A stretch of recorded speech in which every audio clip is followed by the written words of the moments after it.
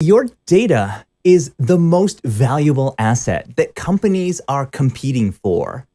The iOS 15 release this week tells us that there's new details about Apple's war for data control.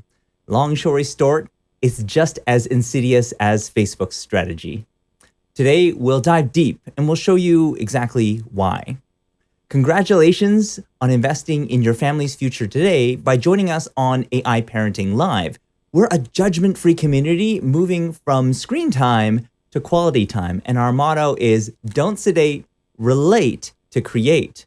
And today we're going to move away from the sedation that's happening around privacy. And we're going to move towards relating and creating the privacy future that we really want.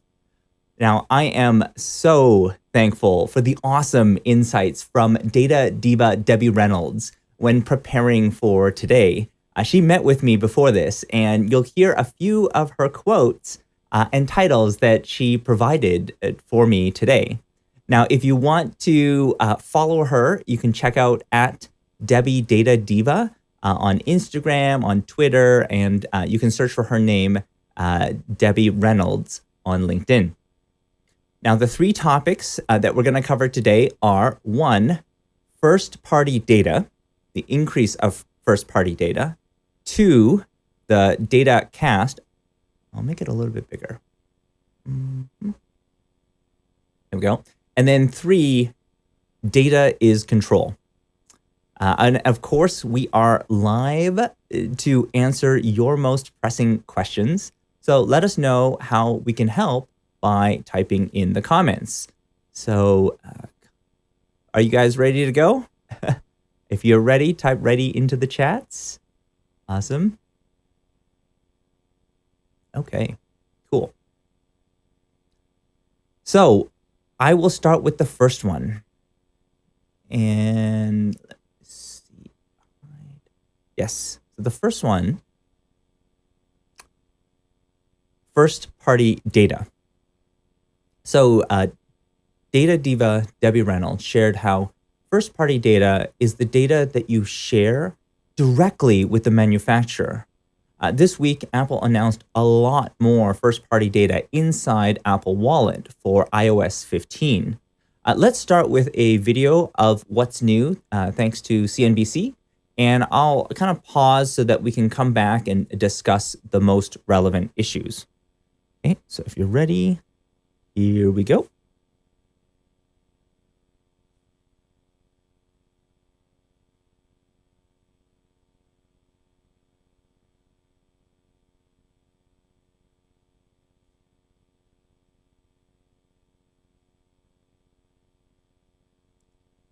I'm gonna pause right there. So, as Jennifer said, the goal is not to be a backup, but to replace your existing wallet, and with good reason. It's kind of annoying to have to carry around so many things when you're traveling. Honestly, I can attest to the benefits, like the convenience of being able to use Apple Pay on my watch, especially during this past year. Even if I forget my wallet, it's still possible to make a quick, purchase, say at the grocery store or the convenience store, without needing to touch the card reader or even enter a code. So, sorry for interrupting. Let's keep going.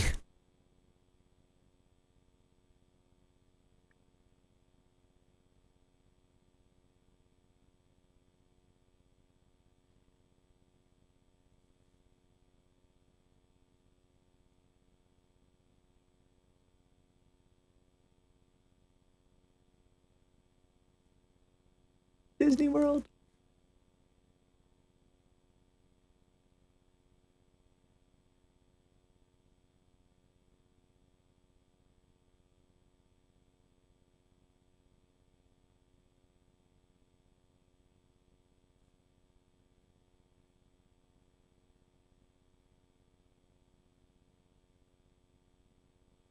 That's really key as well. She was talking about ultra wideband support, and you don't have to take your keys out of the carpet, out of the pocket, or out of your purse. That's really important. We'll come back to that in a bit. But let's keep going.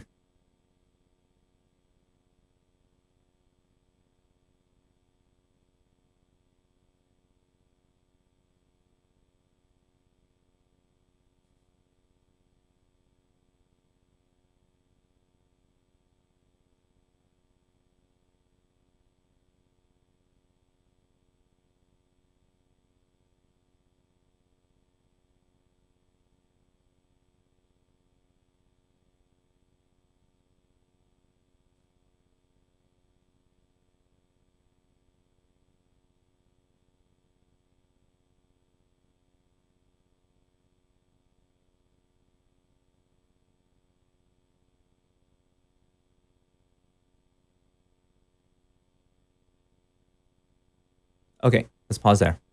So now it's not just your credit card, but your transit pass, your hotel key, your car keys, your house keys, and your passport too.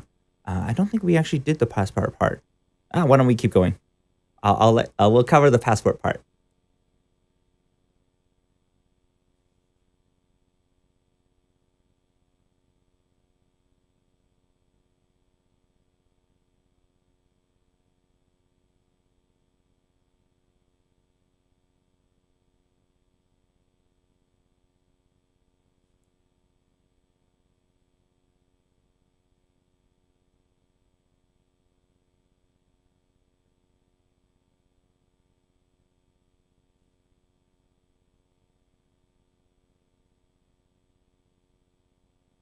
It's that easy. It's safe and it's secure. Oh my goodness. Okay, next one.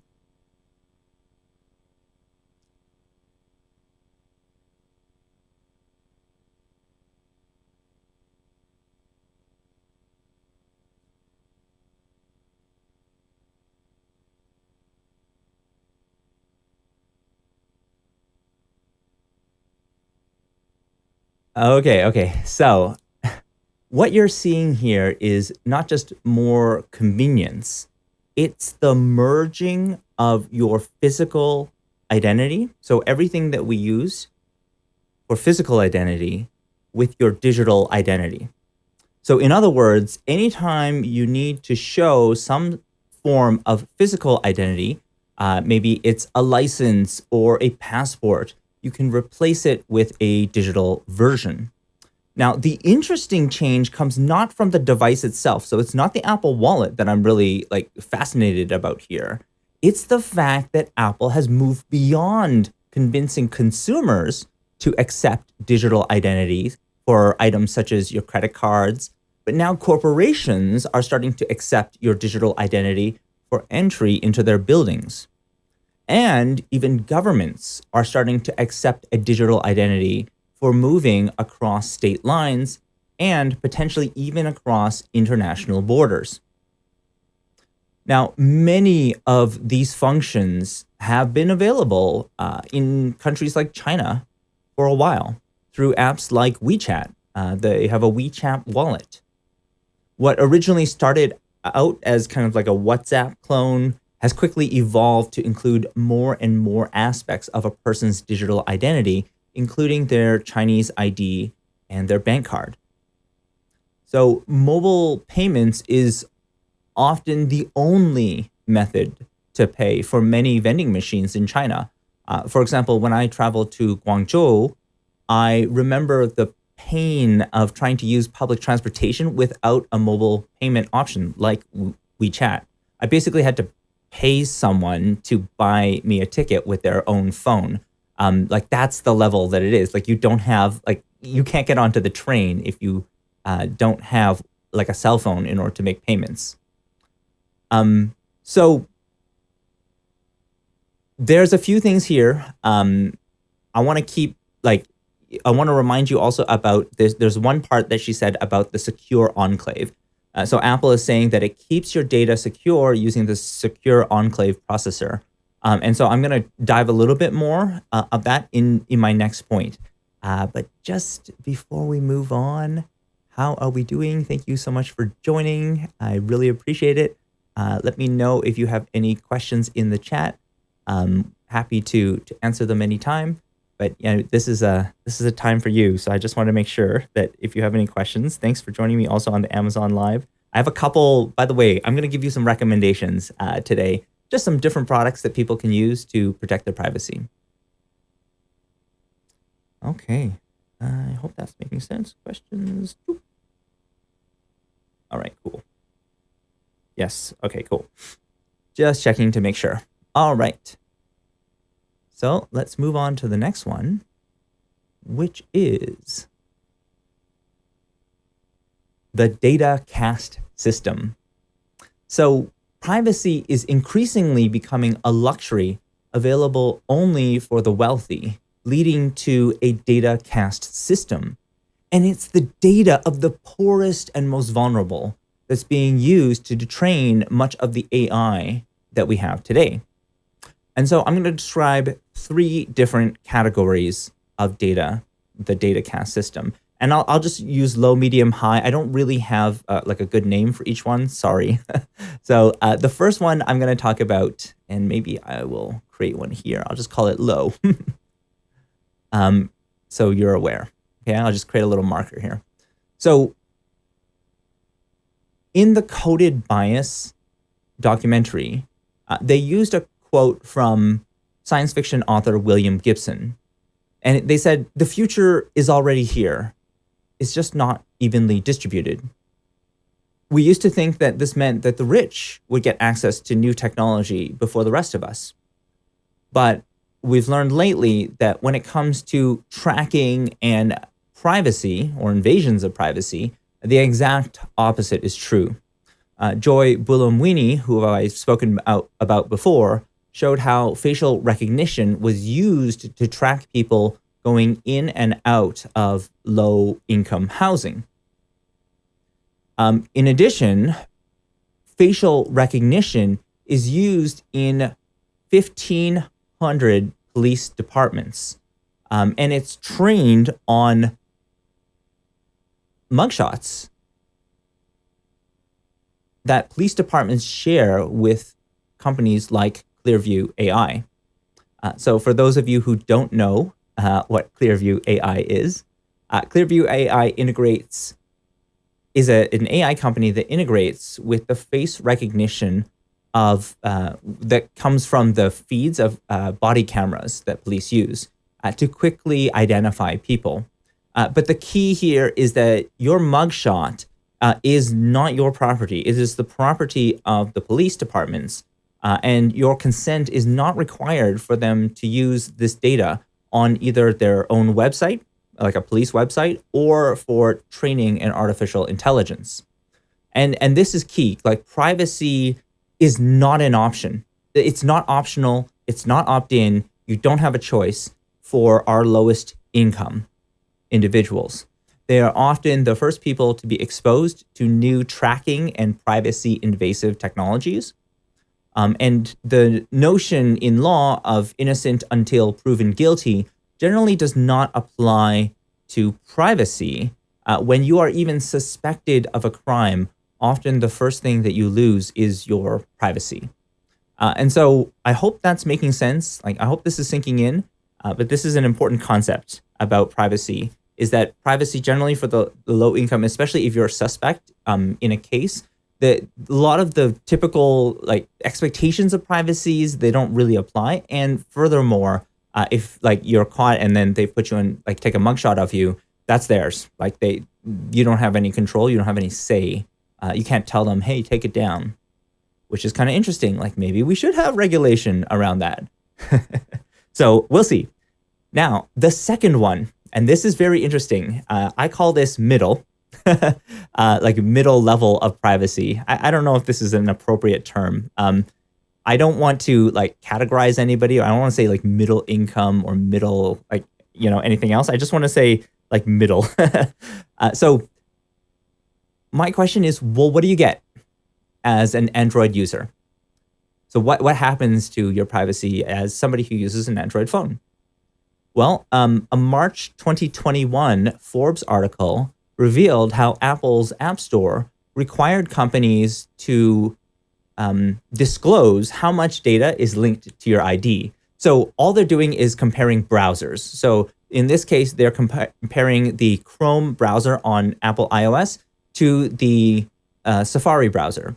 And they showed an image where there are 19 categories of tracking data that is personally linked to your identity in Google Chrome, 6 in categories in Safari, and 4 categories in Mozilla Firefox. But in addition, Trinity College researchers compared the amount of data sent by a Google Pixel smartphone and an Apple iPhone every day.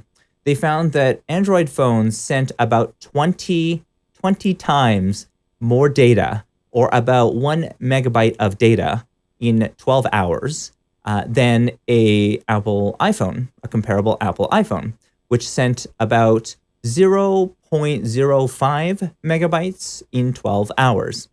Now, while even in the article, Google disputes the number, they don't seem to be disputing the fact that they track more data than their competitors.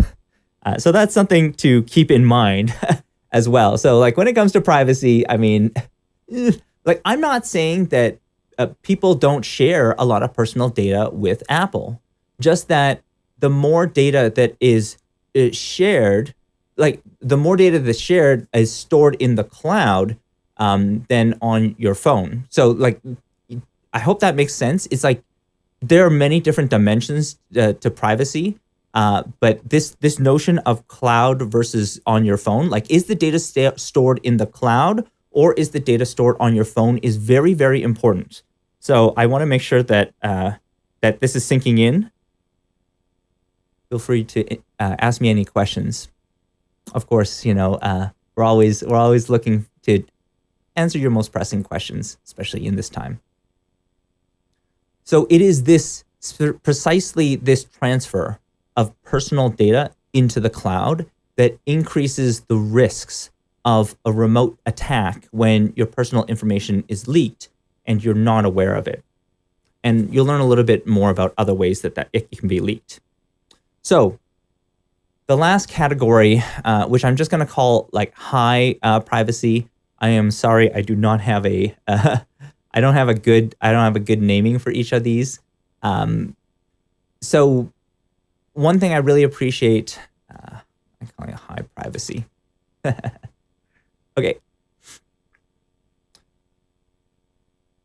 Data diva Debbie Reynolds explained that since the Apple iPhone is generally considered a luxury product for most, its demographic is extremely valuable to companies.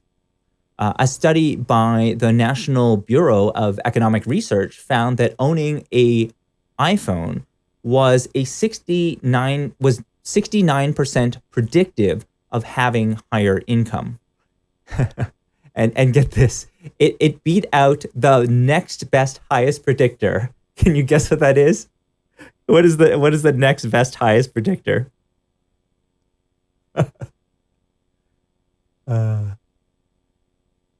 If you guessed, I'm going to put it in the chat. If you guessed Grey Poupon,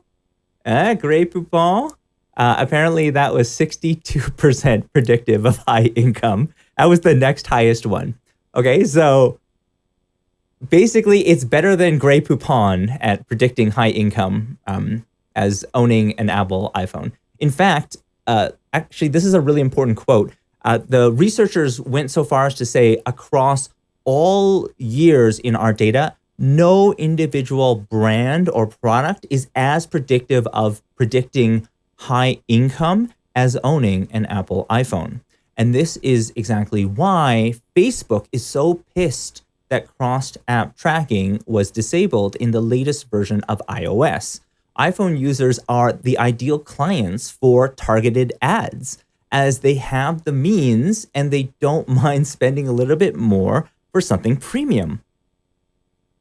So disabling cross-app tracking is part of a much larger privacy and data strategy that Apple is using that already includes blocking cookie tracking by default. And it's not just Apple. I want to be clear, like Google Chrome does have plans to remove cookie tracking.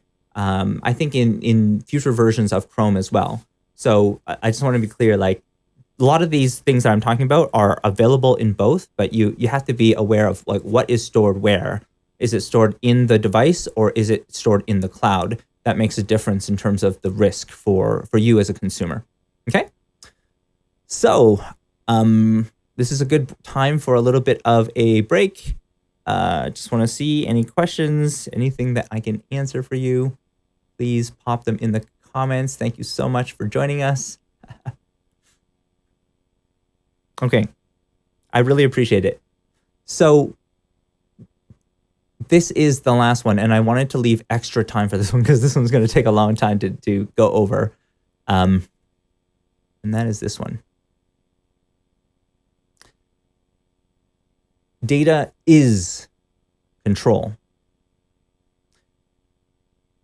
I'm going to give you 4 reasons why you should care if companies want to track your data and save it to the phone or send it over the internet. And what I'm going to do is I'm going to split it from the longest range to the shortest range. And then I'm going to talk a little bit about the impacts of society as the 4th point. So when it comes to the long range, which I consider basically to be the internet as a whole, because then it's as long range as possible, the whole world. And this is important. Information shared over the internet doesn't always stay private forever, right? Like that totally makes sense. Like that seems pretty obvious, I imagine, for a lot of you. So long range. Companies have data leaks all the time, for example. Reports that over 500 million Facebook users' personal information, including their names, phone numbers, email addresses, was leaked. That it was shown in April 2021 this year, just like a few months ago, right? So many of you are already familiar with this. Now, the other thing, because of GDPR, we're learning that companies can also be obligated by governments to reveal this personal information in the name of national security. So when this information is given to the government, often you as a user are not aware of what's happening. They're not required. In fact, they are forbidden from telling you that your information is being tracked. There are specific rules and regulations that prevent you from knowing what is happening. So whistleblower Edward Snowden popped the lid on how cell phone locations are tracked by your own cell phone companies, and they are shared with governments on a regular basis. And, honestly, even years after this revelation, they have not stopped creeping our locations. Like, if you have a cell phone today, your location's being tracked. Sorry. Nothing's changed in terms of this behavior, because it's still part of the rules and regulations of what is allowed. So next up is short range. And I'm going to go back to some of the stuff I just mentioned, because I think this is important. So when it comes to short range communications technology like near field communication, or NFC, is often used for payment systems, and such as like Apple Pay, or I imagine Google's Pay is exactly the same. There's another technology that is being discussed that you may have heard in that video that I showed earlier. Apple said that it uses ultra wideband for unlocking cars, hotel rooms, and homes. So what is ultra wideband, or UWB? So ultra wideband is basically a kind of like a car, like it's kind of the in between like really short range NFC, which only has a few inches distance that it can support, and Bluetooth, which is like couple hundred feet. So ultra wideband's range is about 25 meters. And that's convenient for both you and for hackers.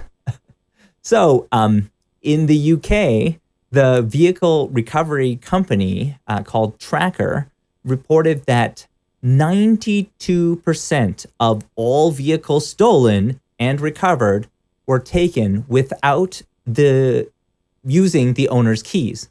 They don't need to take your keys no more in order to steal your car. Oh, it's scary, huh? It totally is scary. Yeah, ultra wideband, right? Yes. Attackers have been using something called a two-person relay attack to enter cars. So the way that this works is, let's pretend you're here. This is your car. So there are two people that are following you. So one person will follow you as maybe you enter the train station. Just give you an example. And then another person is still going to stay near your car. And what they're going to do is they're going to send this signal, this ultra wideband signal that comes from your car, wirelessly to let's say the backpack. Maybe he's got a laptop or something, to another person. And so it will look, that signal will look like your phone or your key fob. Like, it'll start to think that you're actually close to the car. So what it will do is it will unlock the doors for you.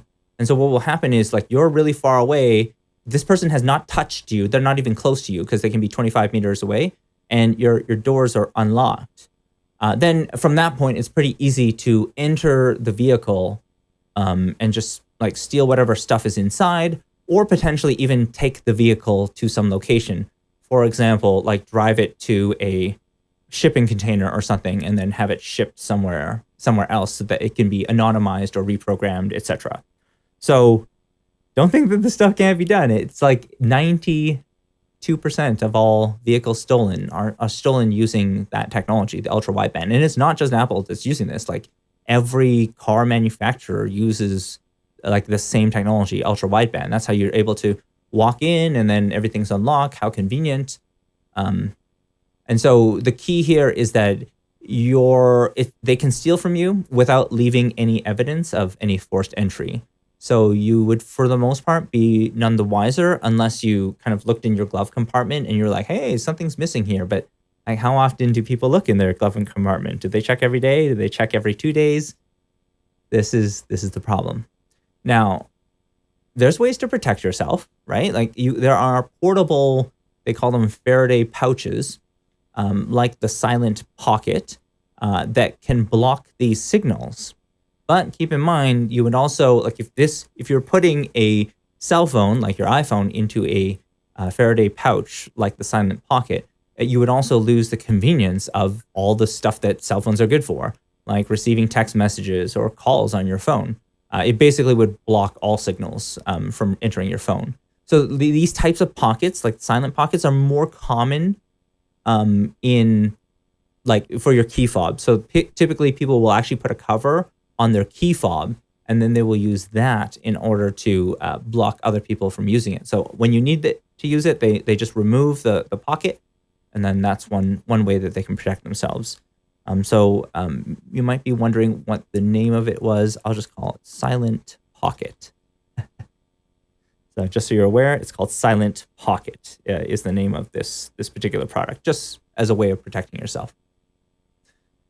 Now, I've talked about Wi-Fi. So that's the highest level, the longest distance, the internet, right? Like, so once it's there, it's very easy for many people to get access to it. It could be official sources. It could be like people within the company leaking your information, or it could be governments, like compelling a company to release that information. Ultra wideband is really just about, like, I can steal your information without being close to you or without you even noticing. I just walk, near you is sufficient for me to unlock something like your vehicle, or potentially your house or your hotel keys, you name it, right? Like those kind of things are fairly easy to spoof if they're all using ultra wideband technology. Ultra wideband has 25-meter range. That's fairly easy to spoof. The last one is like straight up hardware hacking. So if you have a phone, if you can plug something into it, like a cable that connects to a computer,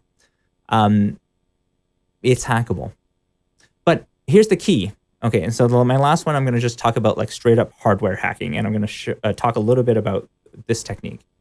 So one of the key messages regarding the changes to Apple Wallet and you heard this back in when I was talking about the report over here, direct from Apple, was that this data would be encrypted and it would only be accessible through the secure enclave processor, which is also similar to the secure element available in Snapdragon 845 or above Android phones. So I want to be clear, this is not exclusive to Apple phones, but this is certainly how they advertise that we're keeping your information secure. So under the hood, Secure Enclave or Secure Element manages encryption keys, and it's isolated from the main processor. So it is built into the chip. So you have a Snapdragon or you have an Apple, like say an M1 chip, and then it's built into that processor. So it is a component of it. However, they isolate it on purpose. So the goal is any highly sensitive data that users want to keep private, like it could be like your face scans, could be your fingerprint scans or credit cards. Like they want to make sure that that's encrypted. So they find a special place in memory for it. So they quote unquote reserve it for this encrypted component. And in this isolation, in theory, means that it's capable of maintaining its encryption of this really sensitive data, even if you jailbreaked the device. So even if you hacked the device, you got into what's known as the root or the kernel. In theory, like, oh, you should have access to everything, but no, that shouldn't be the case. In theory, with the Secure Enclave, it's a different type of processor. You would actually have to hack the Secure Enclave processor. And so what that means is that, this, it like potentially protects you. However, let's see if I have that here. I don't have it. I have an article that showed that because Secure Enclave is a piece of hardware, information is located in ROM and it cannot be changed. When an exploit is discovered for Secure Enclave, that exploit will work for every phone moving back till whenever that was patched. And this is a real problem because it means if you have an older phone, then you are always going to be susceptible to this hack and there's nothing that they can do about it. So potentially, like anybody who, like recently, I think it was in 2021, I mean, there's always security groups that are doing research on this stuff. Like they showed a new exploit for Secure Enclave that they said is unpatchable. The reason it's unpatchable because it's built into the ROM of Secure Enclave. So you would need a new hardware. You would need a new processor to fix this problem. And so I'm sure they're going to do everything that they can to prevent this from happening, like prevent you from like accessing the kernel and getting access to the device. But if somebody physically has your device and like plugs this thing in, they're probably going to be able to get to a lot of that data, which is a problem. And like, of course, they're not showing exactly how it happens, but suffice it to say, like things are on a device, people will try to hack it. I mean, this is very common, right? Like, remember when the U.S. government like really wanted access to a terrorist's phone, and they were like, oh, how do I do it? And then just like probably some security company, just called them up and were like, hey, what's up? We can hack that phone for you. Here, just give us some money, and then we got you. So that's the key with respect to that one. Okay. So the last one I'm going to talk about is regarding society, and I think that this is important because we often talk about technology and we don't talk about what does this mean for our society. And I think that this is where it becomes really, really interesting because it's the society implications that are the most fascinating. So if you bear with me here, for some reason everything just stopped on me. You guys can still see me? You can still hear me? Society is what we're talking about next. I'm gonna create the card for society.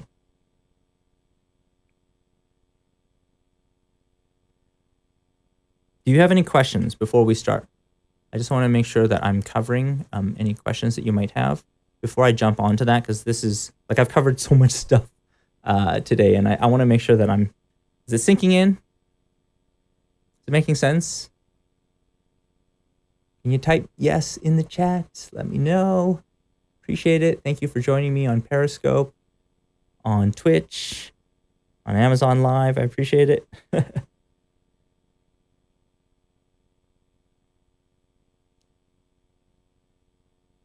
All right.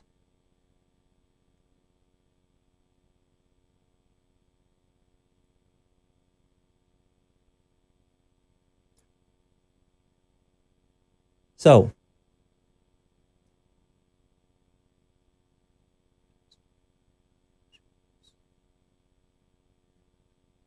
okay, so now we're talking about society. Okay. So, if Apple and others truly succeed in replacing your existing wallet, this introduces another, like a new risk to our society as a whole. And I do want to give credit to data diva Debbie Reynolds. Once again, she helped me think a lot about the implications of what this means for our society. She's awesome. So now imagine this scenario. If the government only issued an electronic driver's license and a passport to your phone, so they didn't give you a physical one, they only gave you the electronic one, well then in theory you're only one hack away from full-on identity theft, right? Like, so they could pretend to be you in every sense of the word. They could travel as you, like they would be you effectively. Like you could change the photo. Let's say you change the photo, right? The way that people like cut out the photo, like replacing a photo is easier than like faking a passport. They would literally become you. They would have your credit card. They would be able to travel as you. They would be able to cross borders as you. They would be you in all senses of the word, in the digital sense. The second risk with this is society risk is one of concentrated power. So your phone manufacturer could shut down your account at any time, and they would have no obligation to restore any of your accounts. Even if you had, say, life-saving medication in your car that you're locked out of because your phone account got either compromised by somebody else or violated the terms of service, who knows what. Or even if you couldn't, let's say you couldn't get back into your own house because you left your keys at home because you're like, I don't need those keys anymore. I leave everything at home because if I ever need it, I'll just go home and get it. Oops, and you got locked out. Hi, just joined. A friendly traveler on the Amazon travel road. Yes, hi, friendly traveler. Face ID. Oh, hey, I've got some really good comments here. I wonder if I can share them. Let me see. Hold on a sec. Can I share your stuff? No? Just sharing? No? Okay. Bummer. Bummer. I was hoping it would share. Sometimes it shares. Like, sometimes it does work. I can't remember what were the conditions under which it would work. Oh, I know what. Oh, it didn't work. Okay. Oh well. Okay. So says Face ID, fingerprint ID, and two-factor authentication helps to secure these connections, though. Okay, so I agree. Those are all things that help. Anything that you can do to not rely on a single source is going to help. But think about this scenario, right? Like, so even if you've got like Face ID, like you've got two-factor authentication, the issue that I'm referring to here is one of like the higher level. Either the government or the company Apple decides to shut down your account. And maybe this has never happened to you before, but you wouldn't be surprised. There are people who have lost access to their Google accounts. They have lost access to their Apple accounts. I, for one, have lost access to my Google account. I can't remember. I think I sent an email to like a group or a list by accident. You know how like sometimes you like BCC or you like CC everybody? And I'm like, oops, I sent it. And then I think they flagged my email account and then they shut everything down. And like you lose access to everything. It's scary. And so though, how do you protect yourself from that type of risk? In this case, I think that it's always good to have a backup just in case the electronics don't work. Now, it could be like maybe at that time, your cell phone doesn't have a connection. And this is key for a lot of the Apple Pay. It doesn't work unless you've got a working internet connection. So generally, like I, for one, like keep all of my cash and my cards in an RFID blocking minimalist wallet. So it's like this small one. My most important card, Costco. It's the only one that is not digital. I don't have a choice. It's like, you don't need to bring your wallet. You don't need your passport. You don't need your driver's license. You need your Costco card. I don't know how many of you are like that as well. But yeah, Costco card, very important. So I have some examples of RFID blocking minimalist wallets. You can keep them with you at all times. I highly recommend it if you can, just in case. Don't leave home without it. You know, honestly, if you can, having a spare key doesn't hurt either. Like if you can find it, like a super thin one that like just fits inside a card, like just a credit card, those are kind of the ideal if you can, like a physical key. But everybody's different, right? Like, you know, anything can be hacked, anything can be compromised. So if people really want to get in, they're going to get in. It's just about the amount of effort. And, you know, for the most part, digital solutions for like the secure enclave are very hard to hack. Like it's much easier to like break into your house than it is to hack secure enclave. Like you need really strong technical expertise, like world leading technical expertise to hack it. Doesn't mean it can't be done, but it does mean that the number of people that can do it to you is much less. So I hope that was helpful. Like I hope that explains a little bit about my thinking around this. Is we want to think about this very carefully as a society. We want to look at the amount of data that we are making available to big tech companies, and we need to consider the possibility that we might not have access to these accounts in the future. And just the same way that you might have a spare set of keys lying around just in case you lose yours, it is good to have a spare set of your personally identifiable data, your passports, etc., just in the event that your identity is stolen or one of these devices is hacked. I'm not saying that it's going to happen to you. I'm just saying that this data and what we call first-party data. So just to remind you, first-party data is the data that moves from from you to the company, the manufacturer directly. So this is increasing a lot. And there is this massive competition for this data because this data is very, very, very valuable. And so it is, if you look at really what's happening right now for Apple, they're saying that we're the most secure. Trust us with your data, right? Like it's all going to be put into the secure enclave. What do you have to worry about? Like you can put your passport, you can put your driver's license, you can put all that data.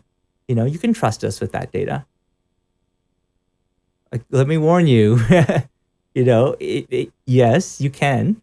But I mean, keep in mind that there are ways to get access to this data. And depending on how far the data goes, the farther the data goes, the easier it is to get access to that data, right? So that's why I am hesitant to recommend to my friends and family, oh, go and get an Android phone, simply because I'm worried. I'm worried about that data. Like, where does it go? What can you do about it? Well, okay, let me read off Friendly Traveler. So he says, I think we need virtual town hall protections, First Amendment protections. Deplatforming combined with all digital is scary. Private companies can just remove your online voice. Exactly. So this is, you're referring to like the First Amendment protections. Like, to me, if we were able to treat data more as a personal property, something that you own, that you control, and that you can decide where it will go. And so you have the option to say, no, like take all the data that you have about me away. Then I think that would make a huge step, like treating like people's data as a right, because the reality is that's all you can do on the internet. If you do not like the way that Apple runs, it's not like you can go and vote for a new CEO of Apple. In the same way, you don't like how Facebook is run, you can't vote for like there's no voting process for like a new, especially with super voting shares these days. It's not possible to elect, say, a new CEO of Facebook. All you can do, the only vote that you have as a consumer is your data. Your data is your vote. It is your voice. It is everything. It is basically everything on the internet. And so this is why it's like what people are saying is when you give us your data, you're giving us your vote, you're giving us your trust, you're giving us all of these things. These are your rights. This is your only, in fact, this is your only right on the internet, which isn't even really a right today. Is that making sense? So, he said, and look what Saudi Arabia did with their phone app. They tracked women trying to escape abusive husbands to keep them from escaping. Yeah, exactly. When the government has access to this, your rights to this data, your rights to privacy, have all been eliminated in the name of national safety or national security or national interest. But you have to keep in mind that your data is also your freedom. People don't often think about it that way. They think like, who cares, like what stupid movies I watch, on Netflix, or who cares if people know what's in my emails? Yeah, no big deal. But when you have this information available or shared, you've got dirt. Everybody's got dirt. Everybody has something, that can be used to exploit them. And from that perspective, that gives these companies an incredible amount of power.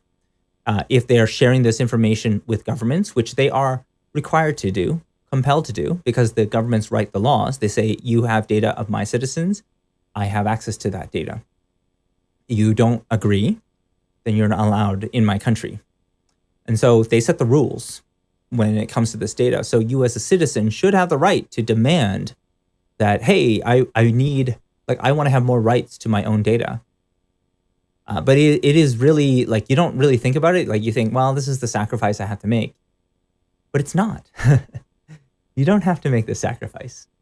In fact, you'll find in this is what a lot of the push for the GDPR, the Global Data Protection Regulation in the European Union, is all about. It's about removing the control like that companies have to both process and control your data from the companies to the citizens themselves, so that they have the option. That's why everywhere you go, they're asking, please, can we use cookies? Exactly. Why are they asking for that? Because they're required to by law. There's a cookie policy required by the GDPR in order to be compliant, which is a good thing for you, and you should have the right to say no. Although a lot of sites they don't even operate properly if you don't have that. But in theory, that is not GDPR compliant. So if the site does not operate at all, and you must accept, that's technically not GDPR compliant. But I don't know. What are you going to do? So. Huge blackmail potential. Yeah, exactly. Our future world leaders' data is being collected for future uses, of course. Right? Because the other thing is data retention. Do they keep this just for a few years? Or do they keep it for eternity? Do they keep it forever? And for the most part, they keep it for a long time. And the problem is that as we move forward, there is going to be increasingly the argument that data is going to get more and more anonymized over time. And so they'll say it's not identifiable. That was the argument I remember with all the cell phone data location tracking. They had people's cell phones numbers, and they said, well, I'm not recording calls. We're just recording metadata from the call. We're processing it and just producing a number to go 1 if he's a terrorist, 0 if he's not a terrorist. And it's that's still super sketch. You should still consult us. And they're no, we shouldn't. So keep in mind, these things, history repeats itself. This notion of we're going to anonymize data is happening today. So we are moving from a world of cookies to session IDs to federated or flock, like federated learning of cohorts. All that is like a cookie is like a direct file saved onto your computer. Session IDs are like a more anonymous, cookie that's stored, that kind of knows about you, but it's a session ID. It doesn't actually know your name. Right? Google Analytics is like it falls into the category of pseudonymous. In theory, they don't know, but like there's ways to get back to that information. Like very simple information. Like I told you today, all I need to know is what phone you use to know what your income bracket is. Right? Like for the most part, I can make assumptions, and it, like for me as a human being, that's easy. Like imagine with an AI with all the variables that they look at. And we're not talking about like variables that you explicitly put in. I'm talking about all the anonymous variables, such as like your unconscious watch time. It tells an insane amount about what you care about and what you want to pay for. Friendly Traveler says there are companies that compare anonymous data with a user. It's never that anonymous. Yeah, exactly. This is the easy part, right? Like apparently, I think it was with 3 pieces of pseudonymous data, you could practically identify any individual, like down to the individual in the United States. There was a study that showed, I think you needed gender, zip code, and there was one other thing. Gender, zip code, and it wasn't even like a name, but it was like one other piece of information. I think like gender and zip code is probably enough. Because like zip code is so close. Like once you have that, like that is very easy to go from that to identifying you. And so really we don't know what these systems are going to look like. So basically they could be pseudo-anonymous on our side, like from the cookie side, but then they have like algorithms on the other side to like decode and then like find out who the actual person is. Who knows? Like we don't know. And we won't have like access to this information. But the key is like the more that we share, the more that you are susceptible. And the whole point here was to just argue that there is more. Like maybe people are just seeing, oh, there's this kind of cool feature. But as somebody who works in the area of privacy and security, we're talking about a war for data control. And this is not about doing less tracking. This is about giving more information to Apple, giving less information to its competitors. So Google gets less information. Facebook gets less information. Apple wants more. They want your driver's license. They want your passport. They want, like, how much information do they now know about you? What can they do with this data that is shared about you? Potentially a lot more, right? Like, because the details that they have. And yeah, again, the argument could be, well, we're just taking pseudo-anonymous data, like we're just processing it, your driver's license, we're just doing some processing on it, just sending a little bit of information to Apple. Your credit card information we've already got, so no big deal. There's a lot of things here that we need to be aware of. And we have to keep in mind that this is not like the story is about protecting your privacy, but the actions are the exact opposite, if that makes sense. The story is we protect your privacy from Google. We protect your privacy from Facebook. But the action is we want more of your data. We want to do the opposite. We want you to use our system for ultra wideband unlocking of your home and your car. And we want to use our system for even your personal identification, including your license, your driver's license, and your passports. So these are all important things to keep in mind no matter what you do. Is your data is a huge, huge asset. You need to protect it. You need to, and a lot of people think, no big deal. Like Google knows all about me, and it truly does. It knows a lot about us. But that doesn't mean that you still can't protect yourself and your data while having a Google account. Many people do.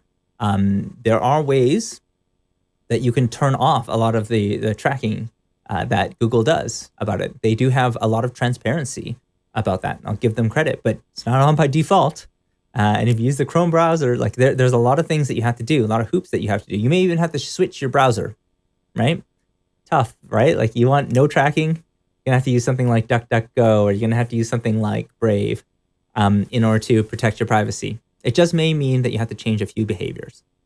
And you know, for a lot of us, it doesn't seem like a big deal, but it is a big deal because in the end, that data, that information about you, it's not just information about you. It's like it is your identity coupled with your unconscious desires. People say like, oh, they must be like reading in on our, like Facebook must be listening to your phone calls. Must be listening to your voice and just like say something around there. It's like they don't really need to do that. Like they can basically tell just by like your scroll. Like they show a bunch of subjects to you that seem random. They see which ones you scroll by because as an advertiser, we pay, like say on Facebook, you can pay for video ads.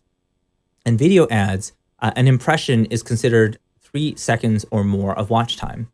Why? Because a lot of people were sick of seeing like, oh, I like showed this video to all these people, but nobody ever clicked on my ad. And so they're like, well, there was engagement. You know, they watched 3 seconds, and the average watch time for a post is 1.8 seconds. So it was like double, close to double the average watch time. They're watching the watch time. And they're not the only company. Like YouTube has said many times that they also look at watch time. So what I'm saying is that your unconscious desires and your personal identity, they're all here. They're all together. They're all like put together as a very nice, neat picture of you. And so keep it in mind. I think, you know, really in the end, you don't have much of a choice. We live in a society where you have to be online. You can't be like a hermit. It's very difficult to get jobs. It's very difficult to, you know, communicate with other people by doing this. So I wouldn't recommend that. I do think like, if anything, just be aware of what's going on. Attending sessions like this is very helpful, which leads me to my last point. So I hope that what I presented today was helpful for you. If you want to learn more about this stuff, this is basically all I talk about on AIparenting.live. Just go to the website, AIparenting.live. You don't need to go and buy anything. You can just click on like blogs. You can see like a lot of articles that I've written on this topic. You can also, at the bottom, you can sign up for the newsletter. You can just say, hey, I want to be an AI Parenting Insider. It doesn't cost you anything. And it gives you access to some of our tools. So for example, I have a screen time to quality time chart. It'll give you access to that. I also have some courses that are available if you want to get certified. We're starting to offer some certification courses in this space. I think I'll be offering a probably like a screen time to quality time type of course, like just a quick crash course, because people don't have a lot of time. I don't expect you to spend like hours going and checking it out. So yeah, just go and check out AIparenting.live. I think you'll find that like there's quite a bit of interesting stuff in it that covers so many different topics. And again, like come back here every week. You know, I'm here every week. We do a live stream. I'm not always as consistent on time, but you'll see like even if you check out on Twitter, for example, at AI Parenting, you'll see like clips of these. So sometimes you don't have time to go and watch the whole like 45 minutes or an hour long live stream. That's cool. We take a lot of the videos, we cut them down into smaller, easy to consume segments. The Twitter feed is only 60 seconds. So you can get like the gist of a lot of what we're doing in a very short period of time, if time is tight. Like we know, especially for parents, like this isn't easy, and you know you've got so many things going on. How do you have time for all this stuff? So that's why the 60-second segments is very important. And so I'm learning a lot about that. I'm also learning about, just to give you a little bit of background. Like my background is, let me hide this. Yeah. So just to be just because I didn't do the introduction, and there might be some people who are new. My PhD was in computer science, and I studied the use of AI in my PhD. I was actually very early in the use of creating AI to recognize gestures and combining it with voice AI in order to do voice and gesture interaction over things like video games and over tables and wall computers. And since then, I've spoken to so many parents who have just said to me like, oh, I'm so frustrated with what's going on right now, and I totally understand, and it's totally not your fault. Like no parent could have prepared you for how AI would completely change our society, how we are now in a very data-centric society. Companies say that data is the new oil. I think consumers need to start saying data is the new vote, because we are starting to get to that point where what data goes in is going to affect everything. It's going to affect how you learn. It's going to affect how you work, right? So more than half of Gen Z workers are freelancing these days, where your boss is not only the person on the client on the other end, but it's an artificial intelligence that's looking very closely at the data and it's determining, should I give this person more work? Or maybe they won't be able to deliver. So these are all skills that if you plan on working in the future, or if you have kids, they're definitely going to need to know. And I feel like it's not really well covered by the existing literature. I also think that we're not prepared for how things are going to change with respect to AI in the near future, just because of countries like China teaching AI in kindergarten. They're learning this stuff in kindergarten. And so I wonder, how competitive are you going to be when you come out of school? That's my concern. And that's why I created it. And it's also because for myself, I didn't like school. I, as somebody who pretty much failed school all the way up to grade 7, where I discovered creativity, or more specifically, a teacher found me cheating and kind of pointed me in the direction of creativity. As somebody who has seen the difference that creativity can make, I do believe that it's very much the connection to the future. And I do these. I hope that they're helpful for you. I am here to always answer any questions. And seriously, reach out to me on Twitter. Reach out to me on any of your social medias if you ever have any questions, or if there's anything that I can help you with. That's why I'm here. That's why we're doing this. I don't really have a big agenda. Be honest with you, I haven't made any money with this system yet, and that's okay. I don't mind. It's whatever. For me, what's important is it's you. It's about the future, and it's about where we want to be going, what kind of society we want to be leading. And I expect that something like this is going to have a big impact. Yeah. So if you ever have any questions, reach out to me. Just go to the aiparenting.live. I think that's the easiest way. There's lots of ways to contact me, or you can reach out to me on Twitter, just at aiparenting. Just a really easy way of reaching out. Thank you all for joining. Hey, I really appreciate your attention in this time. I'm looking forward to seeing you next week.